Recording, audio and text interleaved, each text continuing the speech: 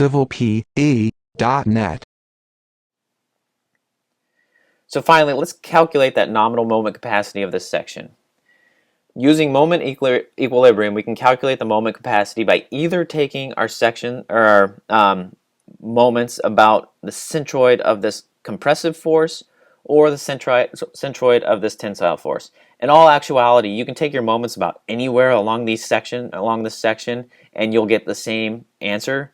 But if you take it about the center of the compression force or the center of the tensile force, that's your easiest because it cancels out the other force. So if I take it about the center of this tensile force, then the moment contributed from that tensile force is 0 because it's going right through the point for which I'm calculating my moments about. And the same holds true for around the compressive force. So first, let's calculate our moment capacity around this compressive force. You can do either or. You don't necessarily have to do both. I'm going to illustrate both examples here. So if we take our moments about this compressive force, phi mn, or nominal moment capacity, is equal to phi times that tension force times the moment arm, which is going to be d minus a over 2, because that's where that center of that compressive force is coming through.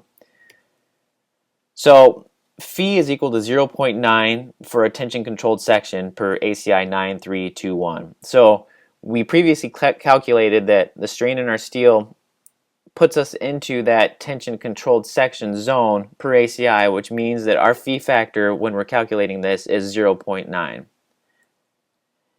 T, as we stated earlier, is equal to the area of steel times the yield, or times the stress in the steel, and we've verified that that stress in the steel is going to be the yield stress because our strain dictates so. So putting all that together, we get that our nominal moment capacity is equal to 1,495 kip inches, which is also equal to 124.6 kip feet. So now, what happens if we want to calculate that moment capacity around the tension force instead of the compressive force? So, same thing. Instead of taking our moment capacity about this point, we're going to take it about this point. So what we end up with is that phi mn is equal to phi times c, our compressive force, times its moment arm, which is, once again, d minus a over 2. And phi is still 0.9. Our compressive force is, per that Whitney stress block, 0.85 times F prime C times the width times A, which is the depth of that stress block. So calculating that out, we result in the same exact answer. So our solution checks out. So sometimes if you want to check your answer, this is a good method to do so. Just calculate your moment capacity via either section, either or, and do both calculations and check it out. So now we know our moment capacity. Next step is to calculate our shear capacity for this section. So per ACI equation 11-2, we're given that our nominal shear capacity is equal to phi times V sub C plus V sub S. What are V sub C plus V sub S? First, we know that phi is 0.75 per ACI section 9.3.2.3. It's just for shear and torsion, it's straight 0.75. There's no calculating anything to make sure that's the case. That is the case every time. V sub C is the shear capacity of the concrete section. So basically, it's the shear capacity of the concrete by itself without any steel reinforcement in it whatsoever. V sub S is the shear capacity of the shear reinforcement you're putting into this section itself. So that's the capacity of these number 4 stirrups spaced at 12 inches on center. So V sub C is given as in ACI equation 11-4 as 2 times lambda times the square root of F prime C times the width of the web times D. Now what is this lambda?